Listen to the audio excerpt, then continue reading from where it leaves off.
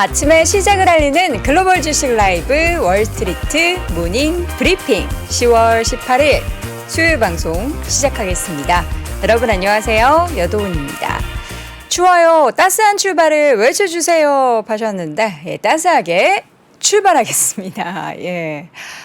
따스하려면은 시장이 강하면 날이 춥던 배가 고프던 내 계좌의 수익이 늘어나는 거를 보면은 마음이 좀 따뜻해지고 또 배가 불러지죠. 근데 또 혼조로 약간 보이긴 했는데 전 잘 모르겠어요. 국채금리가 이렇게 올랐는데 시장이 버티는 걸 보면서 그동안 국채금리 하락이 하락했던 시장은 대체 뭔가라는 그런 생각도 좀 듭니다. 자, 우리 삼초 성시경 님이 어제 제 꿈을 꾸셨다고요. 제가 꿈에 나왔어요. 꿈에 나와서 뭐라고 하던가요? 복권을 사라고 하던가요? 예.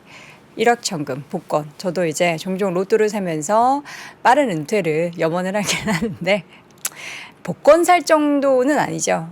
거의 뭐 좀 유명한 연예인이나 뭐 유명 인사, 대통령 꿈 꾸면은 복권 산다 뭐라고 하는데 저도 사보긴 했는데 딱히 뭐 그렇더라고요. 한번 근데 사보세요. 근데 일주일 내내 나의 힘듦을 좀 버틸 수 있는 종이 한 장으로 버틸 수 있는 그 힘이 되지 않습니까? 사고 싶으시면 사시기 바랍니다. 명민준이 모르는 사람이래요. 저도 어저께 그 방송 봤는데 저도 모르는 사람으로 하겠습니다. 그럼 서로 모르죠 뭐. 그 친구가 왜 그랬는지 모르겠는데 괜찮아요. 몰라도 돼요. 여러분이 저를 아시면 되잖아요. 여러분과 함께 저는 좋은 아침을 열어보도록 하겠습니다.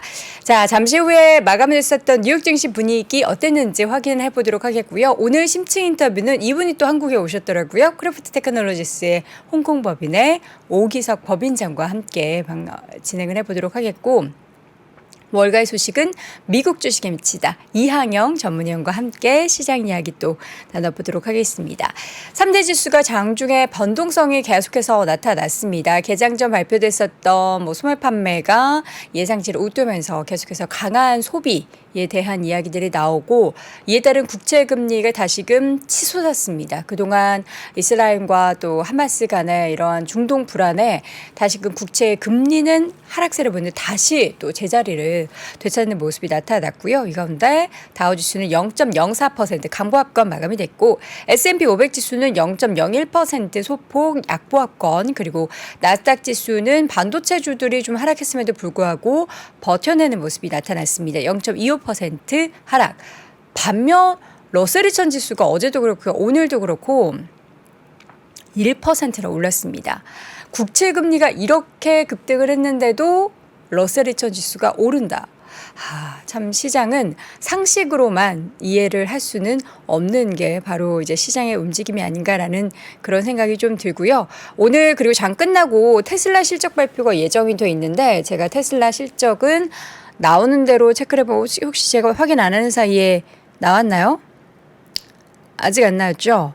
지금 보니까 미국에서 모델 X 5만 대 리콜 소식이 있긴 한데 예상치 부합할 것이다라는 얘기들이 나오면서 일단 장중에는 테슬라가 상승 마감을 했거든요. 제가 실적 나오면은 관련한 내용들 발빠르게 전달을 해드리도록 하겠습니다.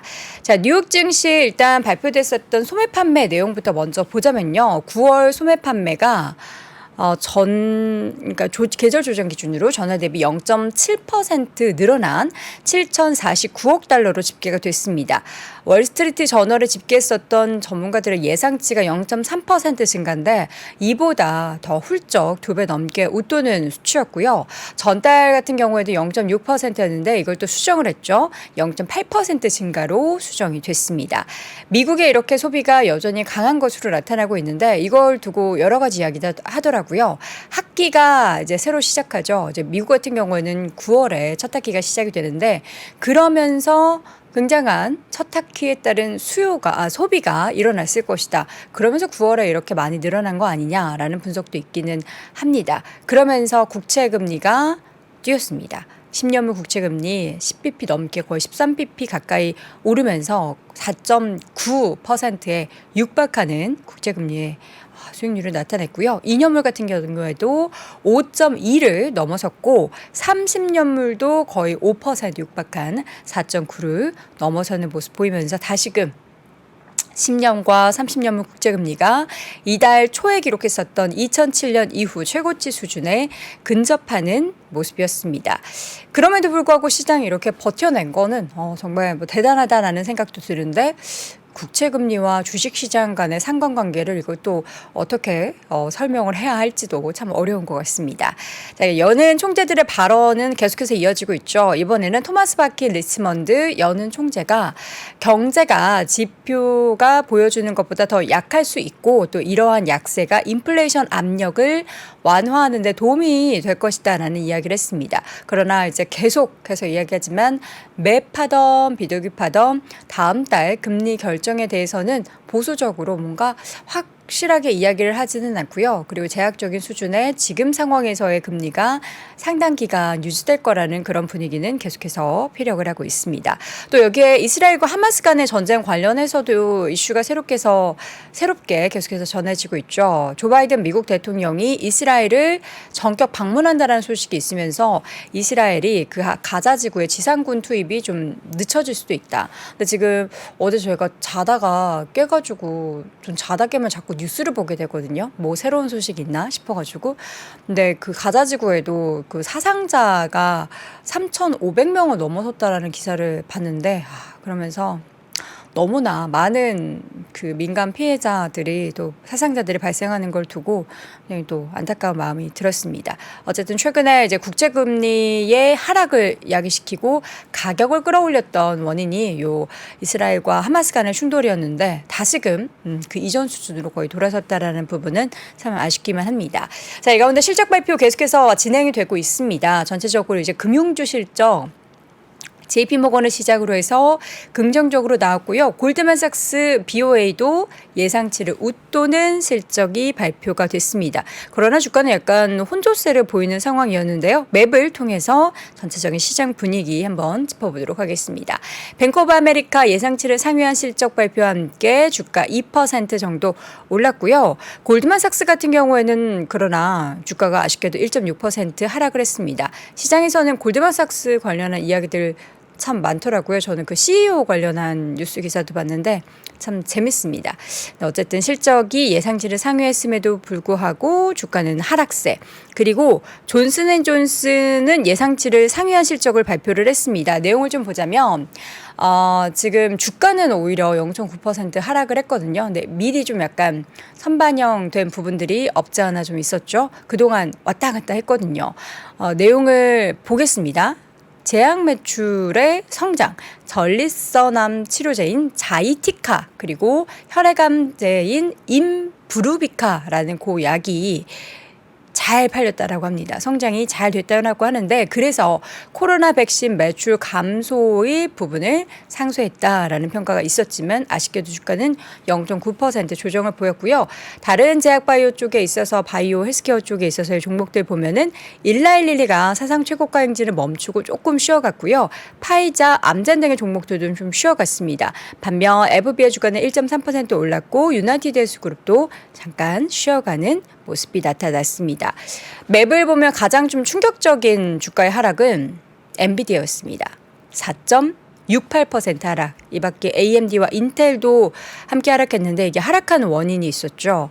미국이 사양이 낮은 인공지능 반도체에 대한 대중 수출을 추가로 금지하겠다라는 소식이 전해졌습니다. 얼마 전에 미국의 그 반도체 장비에 대한 수출을 하겠다라는 소식이 전해져서 이거 조금 뭐 괜찮아지나 싶었는데 더 이제 반도체 칩에 관련해서는 특히 이제 AI 인공지능 관련해서는 더 빗장을 걸어 잠그고 있죠. 상무부는 미국 기업들이 다중 반도체 수출 규정을 더 강화해서 저사양 AI 칩에 대한 반도체 수출도 금지하기로 했습니다.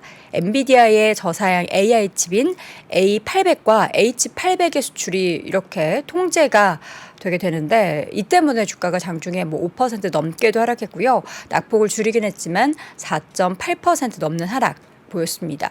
이전에도 처음에 이 소식이 전해졌을 때 영향이 굉장히 제한적일 것이다라는 부분도 있었고 회사 측의 엔비디아 측에서 밝힌 내용들을 보면은 오히려 이제 약간 뭔가 조금 트릭을 썼었죠. 뭐 거기서 직접 뭐 개발한 것이었나 아무튼 좀 다양한 방법으로 이런 이제 수출 제한에 따른 방법을 제기하긴 했는데 이번에는 과연 또 어떠한 방법으로 이러한 부분들을 또 타개하게 될지도 함께 좀 지켜봐야 될 것 같습니다.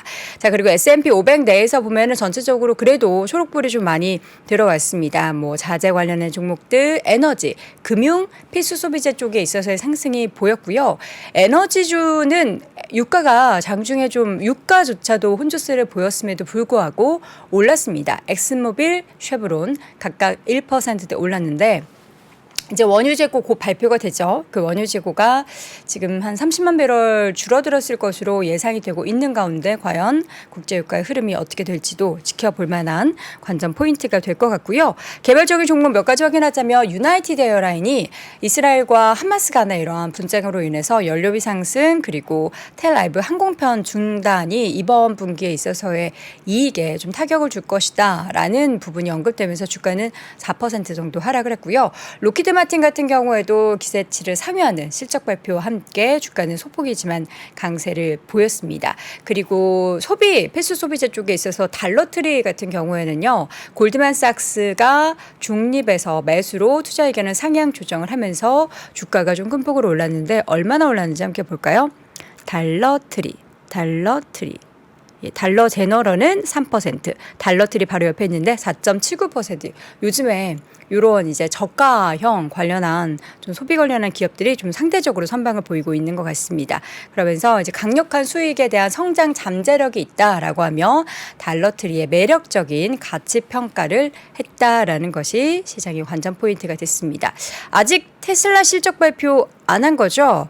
저는 지금 계속 CNBC를 켜두고 있는데 아직은 실적 발표는 안 했습니다. 예. 근데 테슬라 주가 이제 장중에는 1% 넘는 상승 마감을 했다라는 부분. 상승 1% 아니었네요. 제가 봤을 때 1%였는데 0.37% 상승하면서 254달러 선 마감이 됐습니다. 예상치를 부합하는 정도만 돼도 괜찮을 것 같은데 이제 워낙에 최근에 이제 중국 판매에 있어서의 좀 부진한 부분들 이야기가 나오면서 이번 분기 실적이 좀 부진할 것이다라는 시장의 관측이 있긴 했는데 과연 그 관측을 깰지 아니면 그 관측에 부합하는 좀 부진한 실적을 발표하게 될지는 나오는 대로 전달 드리도록 하겠습니다. 자, 그렇다면 이어지는 심층 인터뷰는 크래프트 테크놀로지스의 오기석 홍콩법인장과 함께 이야기 나눠보시죠. 네, 앞서서 제가 이제 명민준 앵커가 저 모르는 사람이라고 했다고 싸웠냐는 아니에요. 그냥 그 명앵커가 장난치는 건데 그 아무 말 대잔치 중에서 어저께 보니까 박가연 아나운서가 제 얘기하니까 누구예요? 모르는 사람이에요. 요 얘기한 거니까 여러분 크게 그 의미 부여하지 마시고요. 자, 오늘 제가 안경 쓴 이유는 어저께 모니터링을 했다 깜짝 놀랐어요. 아침에 여러분들 다 붓잖아요. 근데 어제 유독 부어가지고 안경 쓰니까 그게 조금 가려지더라고요. 그래서 오늘은 늦잠을 자지 않았음에도 불구하고 안경을 썼다. 예, 부은 모습 보이고 싶지 않아서 안경을 썼다라는 겁니다. 제가 안경 쓰면 약간 저희 피디님이 숙제시키는 선생님 같다고. 그러니까 싫다는 거잖아요. 숙제시키는 선생님. 무섭다는 거잖아요. 그런 이미지라고 하는데 좋습니다. 저는 뭐 제가 좋으면 되는 거니까요. 그리고 여러분 저 안경 이거 새로 산 거예요. 알아주시기 바라겠고요. 이번 심층 인터뷰는 크래프트 테크놀로지스의 홍콩 법인장 오기석 법인장 함께합니다. 어서 오십시오. 네, 안녕하세요. 마일리지 솔직히 말해보세요. 얼마나 쌓으셨어요? 사실 지금 숫자로 다 6자리가 쌓였는데 오. 네, 요새 금방 또 씁니다. 10, 100, 1000만, 10만.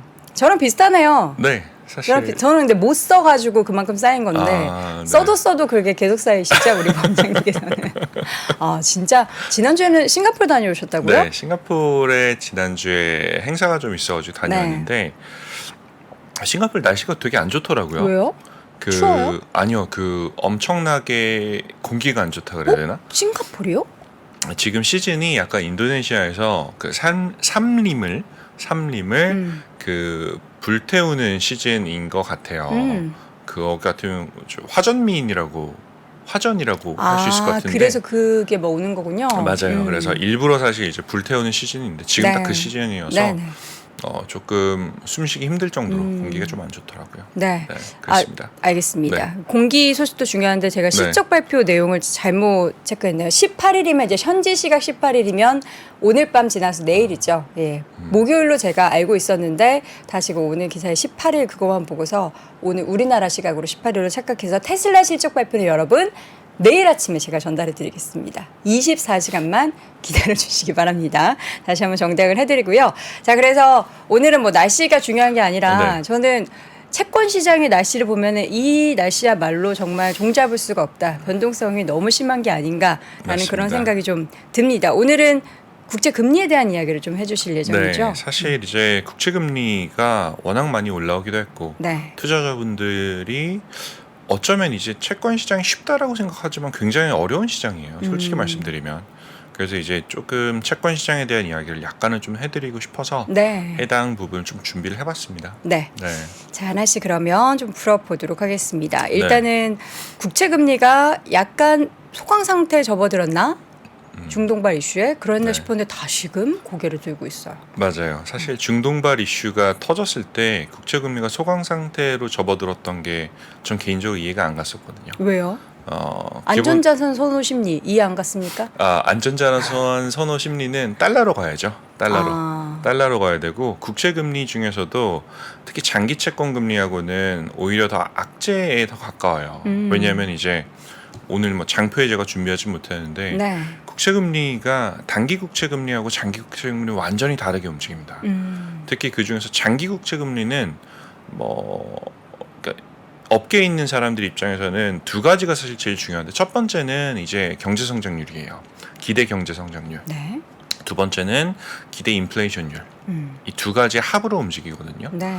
경제 성장률 같은 경우는 사실 뭐 올해 중순까지만 해도 굉장히 안 좋게 보다가 지금은 다시 좀 살아났죠. 뭐 어젯밤에 발표된 그 고용 지표 같은 경우 잘 나오기도 했었었고요. 네.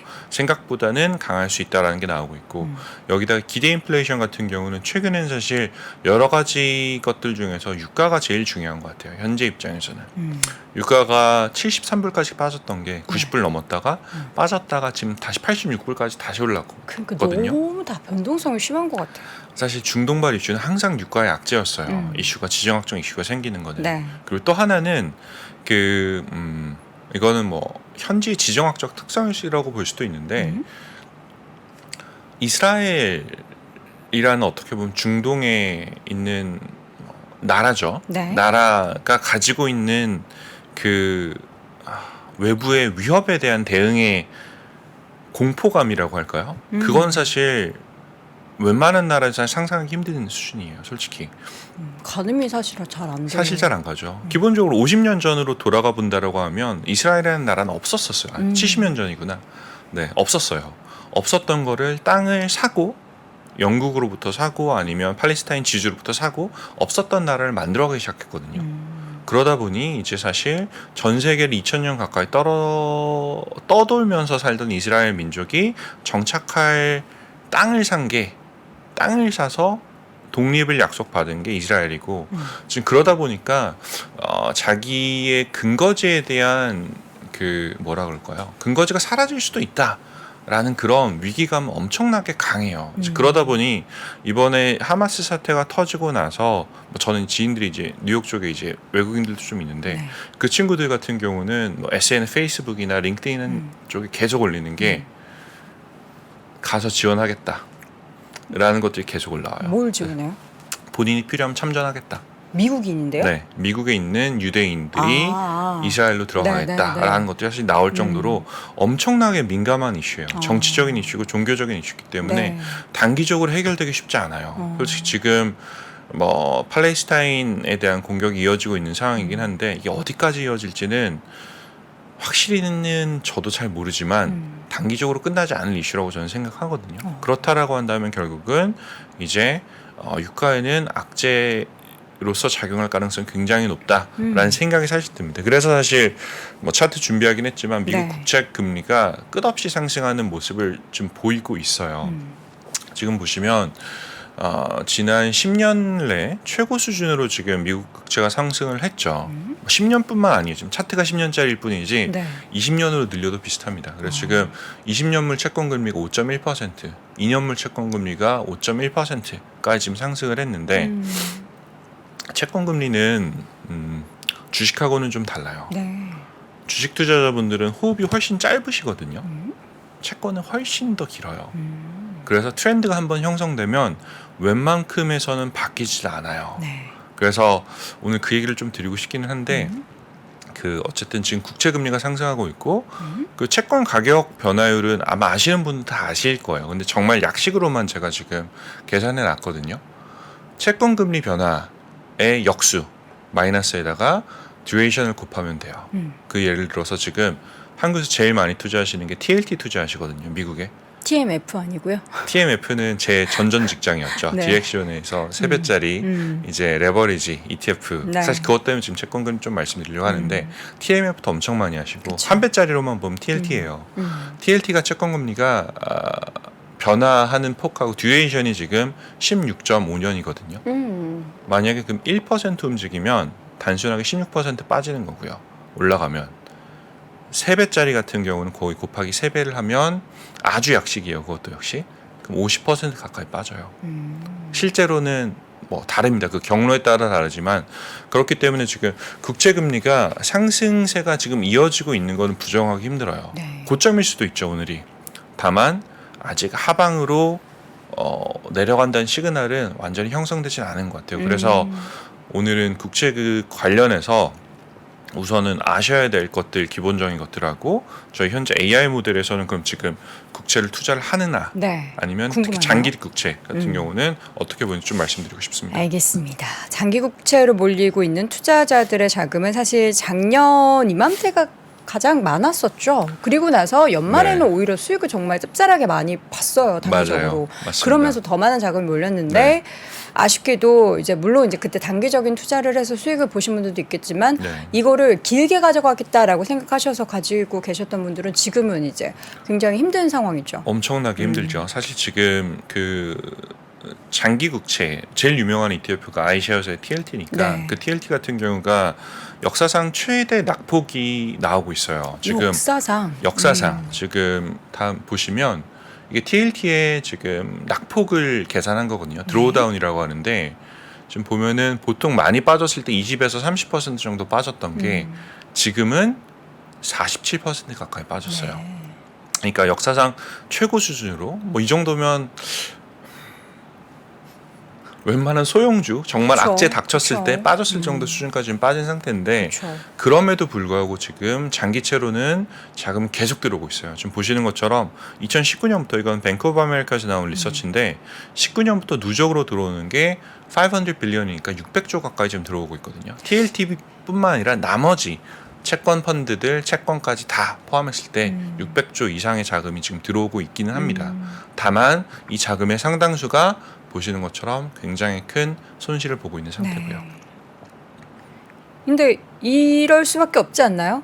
일단 제가 만약 가지고 있다면 네. 지금 시점에서 뭐 언제가 꺾일지는 모르겠지만 고점이라는 인식은 다들 가지고 있잖아요. 가지고 있으세요? 이게 뭐 5, 10 막 이렇게 가진 않을 거 아닙니까? 5에서 10까지는 안 가죠. 안 가는데 말씀드리고 싶은 것 중에 하나는 네. 장기 국채를 보통 지금은 개인들이 굉장히 많이 하세요. 네. 근데 보통 장기 국채는 개인들이 투자하는 상품이 아니었어요. 관심이 솔직히 없었죠. 말씀드리면 관심이 없는 것도 있고 사실 장기 국채는 누가 투자하냐면 보험사들이 투자하는 상품이었어요. 왜냐하면 듀레이션이 긴 자산을 관리해야 되기 때문에 그래서 개인 투자자분들 같은 경우는 장기 국채의 특성에 대한 이해를 잘 하시겠지만 그럼에도 불구하고 이제 좀 낙관적이지 않으셨나라는 생각을 좀 할 수밖에 없는 것 같습니다. 네. 저는. 자, 그렇다면 현재 AI가 네. 이 국채를 투자하고 있는지 궁금한데 AI는 약간 개인의 성향이 강할까요? 기관의 성향이 강할까요? 기관의 성향을 학습시켰죠 저희가. 개인의 성향을 학습시킨 건 아니고 왜요? 개인이 어때서요? 아니 개인도 좋아요. 좋은데 네. 이제 기본적으로는 경험 있는 펀드 매니저들이 어떻게 운용했을까라는 거를 바탕으로 정답지를 주고 뭐 항상 맞는 정답 아닐 수도 있고 네. 정답지를 주고 그걸 이제 학습시키는 게 먼저거든요. 그러다 보니 기관에 가깝다라고 생각을 하고 채권 투자할 때 지금 보통 두 가지가 제일 중요한데 하나는 듀레이션이에요. 듀레이션 투자. 두 번째는 크레딧 위험 투자인데 요걸 심플하게 말씀드리면 듀레이션 투자 같은 경우는 내가 지금 장기채를 투자할 거냐 투자하지 않을 거냐에 대한 문제고요. 크레딧 같은 경우는 내가 국채를 투자할 거냐 아니면 회사채를 투자할 거냐에 대한 문제예요. 똑같은 이제 그 3년물짜리, 10년물짜리, 20년물짜리가 있다고 한다면 그래서 이 두 가지를 학습시킨 결과가 지금 이 차트예요. 그래서 요건 솔직히 다 말씀드리면 2022년 이후로는 실제고요. 그 전까지는 그냥 백테스팅이에요. 아웃 샘플 백테스팅이라고 그 테스팅 방법론 중에 하나인데 지금 라이브 데이터로도 사실 나쁘지 않아요. 그래서 지금 이게 현재 이 저희 모델이 어떤 시그널을 가지고 있는가를 보여드리면 참고로 이거는 현재 한국에는 공급 안 되는 상품이에요. 이건 지금 미국 투자자들한테만 공급되는 네. 상품인데 지금 이게 사실 7가지 그러니까 9가지 이제 채권 ETF들을 어떤 식으로 움직여 왔는지에 대한 시그널이거든요. 저는 근데 이건 약간 미술 작품으로만 보이는데 네. 이거 어떻게 해석해야 되는 거죠? 해석을 제가 드릴게요. 네. 해석을 드리면 사실 제일 관심 있는 게 TLT잖아요. 네. TLT를 저희 모델에서 투자했던 시점이 거의 없어요. 오, 그래요? 지금 요 구간, 이 구간만 음. 지금 지난 2년 동안 봤을 때 TLT가 투자가 됐고 나머지는 거의 대부분 이제 SLQD라든지 LQD처럼 단기 상품들의 투자를 훨씬 많이 했어요. 그래서 생각보다 AR 모델은 지금 장기 채권에 대한 선언하지 않는다라는 걸 좀 말씀을 드리고 싶어요. 그래서 투자자분들께서 그 장기 국채에 대한 뭐 얘기들이 많이 나와요. 뭐 사실 어제도 이제 국내 모 증권사 이제 부사장님께서 인터뷰를 하셨는데 논리는 심플해요. 논리는 이제 지금 사실 많이 올랐다라는 게 첫 번째. 그리고 채권 같은 경우는 제가 앞서서 말씀드렸던 것처럼 트렌드가 형성되면 길게 간다라는 부분. 그래서 한국에서 사실 2010년 초중반에 고액자산가들이 장기 채권에 투자하셨고 그걸 바탕으로 이제 그 굉장히 재미 많이 보셨거든요. 네. 이제 그런 것들이 다시 반복될 수 있다라는 발언을 하셨어요. 저도 거기에 대해서는 동의하는데 문제는 타이밍이거든요. 언젠가는 내려갈 것 같아요. 저도. 그렇죠. 다만 언제 내려가는 거를 확인하고 들어갈 거냐 아니면 내가 이 정도는 진짜 많이 올랐으니까 지금 들어가자 라고 해서 지금 들어갈 거냐에 대한 타이밍에 대한 문제인 것 같아요. 근데 그 확인은 어떻게 할 수 있죠? 전 타이밍은 어떤 식으로 말씀드리고 싶냐면 채권은 주식보다 사이클이 훨씬 더 길다라고 말씀드렸잖아요. 그렇기 때문에 하락하는 트렌드가 확실히 형성된 다음에 들어가더라도 전 늦지 않다라고 생각해요. 솔직히 말씀드리면 보통 주식시장에도 격언이 무릎에서 사서 어깨에서 팔아라라는 이야기를 많이 하잖아요.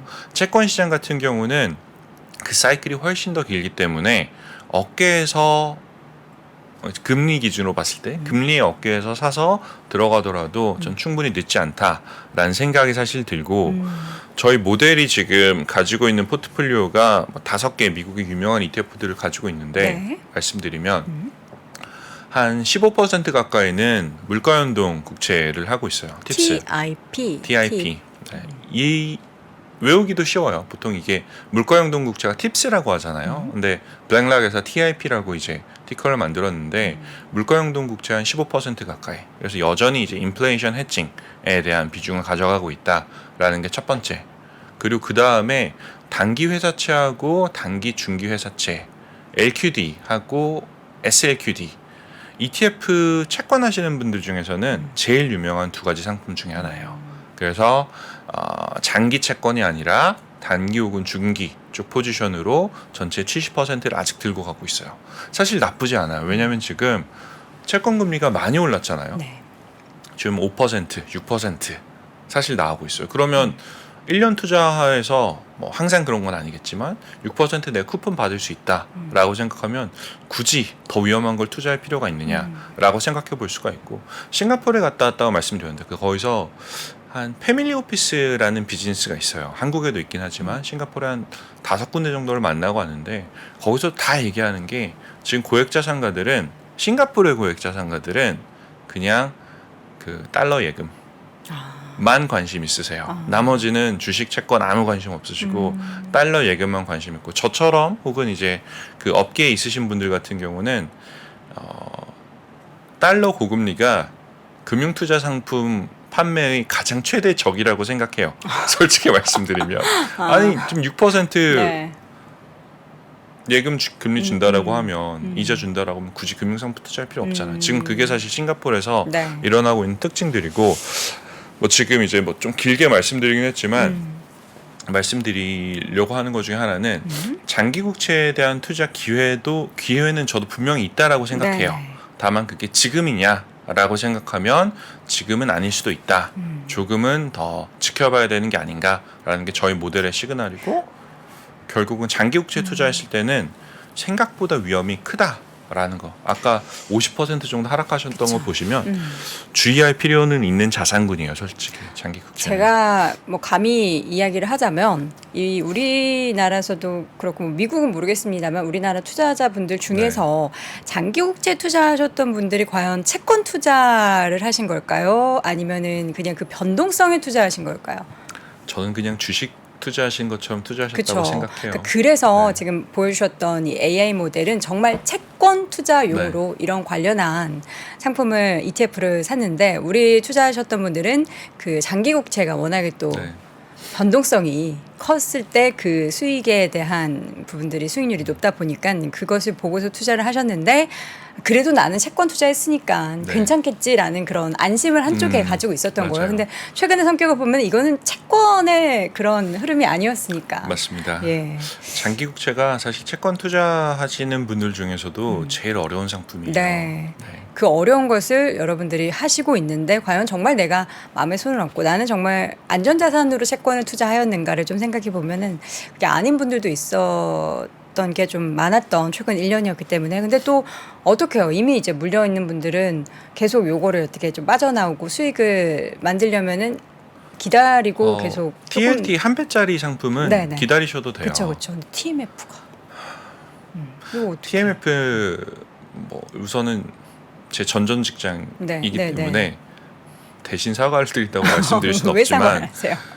그 일반적으로 그 레버리지 인버스 ETF들 네. 중에서 TMF는 3배짜리거든요. 3배짜리 상품들 같은 경우는 요거 하나만 말씀드릴게요. 평균 보유 기간이 2주가 안 넘어가요. 아, 네. 2주. 그게 채권형 상품이어서 2주고 주식형 상품은 보통 구간 따라 다르지만 3일에서 5일 사이예요. 그래서 짧네요. 본인이 그거 이상으로 길게 투자하고 있다라고 생각이 드시면 네. 정말 뭐 속된 말로 방망이를 짧게 잡고 가야 돼요. 3배짜리 레버리지 상품은. 네. 그래서 장기로 내가 이거를 투자하면 잘 벌겠지라는 게 어디서 아이디어가 나는지 저는 알 것 같아요. SOXL, 그 뭐 TQQQ. TQQQ도 그렇고 SOXL이 반도체 3배짜리 레버리지 근데 그건 ETF거든요. 좋았을 때잖아요. 네, 그게 유일한 가정이 뭐냐면 한 방향으로 우상향하는 트렌드가 형성이 되면 그렇죠. 3배짜리 상품은 굉장히 강력해요. 다만 그 방향성이 완전 흔들리거나 반대일 때. 반대로 가게 되면 정반대로 움직일 수가 있어서 그 부분은 조심해 주셔야 됩니다. 이게 그냥 횡보만 해도 사실 3배짜리는 횡보만 해도 마이너스잖아요. 엄청 빨리 깎여 나가요. 횡보만 한다라고 가정했을 네. 때 자산군 따라 다른데 뭐 변동성이 15%짜리다라고 하면 1년에 한 10% 이상 손실이 그냥 납니다. 횡보만 해도. 자, 어쨌든 우리가 지금 시점에서 그 타이밍에 대해서는 언제다라는 것은 알 수는 없지만 말씀해 주셨던 것처럼 그 국제금리의 흐름에 있어서의 트렌드가 좀 변화하고 나서 확인을 하고 새로 접근을 해도 늦지 않는다. 네, 라는 이야기를 좀 네. 했고, AI 관련해서는 그들이 투자하는 내용들을 보면은 채권 관련해서 아직은 그 장기 국채 관련한 투자는 시그널이 보이고 있지는 않다. 아직은 아닙니다. 네. 보이면 또 좀 바로 말씀해 업데이트 주십시오. 드릴게요. 알겠습니다. 자, 이렇게 해서 오늘은 채권 투자 관련한 이야기를 쭉 나눠봤고요. 크래프트 테크놀로지스 홍콩 법인의 오기석 법인장 함께했습니다. 법인장님 고맙습니다. 감사합니다. 외환위기 오는 거 아니에요? 금융위기 오는 거 아니에요? 이런 질문들을 좀 굉장히 많이 받았었습니다. 탐욕이 되게 강했을 때 위험자산으로서의 극단적인 쏠림이 나타나고, 공포감이 극에 달했을 때 안전자산으로서의 극단적인 쏠림이 나타나거든요. 과거의 일이 미래에 똑같이 일어난다 이건 아니지만 그때 당시에 위기 상황에서는 어떤 공통점들이 있었는지를 보면서 우리가 대비를 하는 방법도 고민해 볼 수 있고요. 과거를 제대로 이해하는 순간 위기의 실체가 드러납니다. 오건영의 현실 경제 이야기를 서점에서 만나보세요.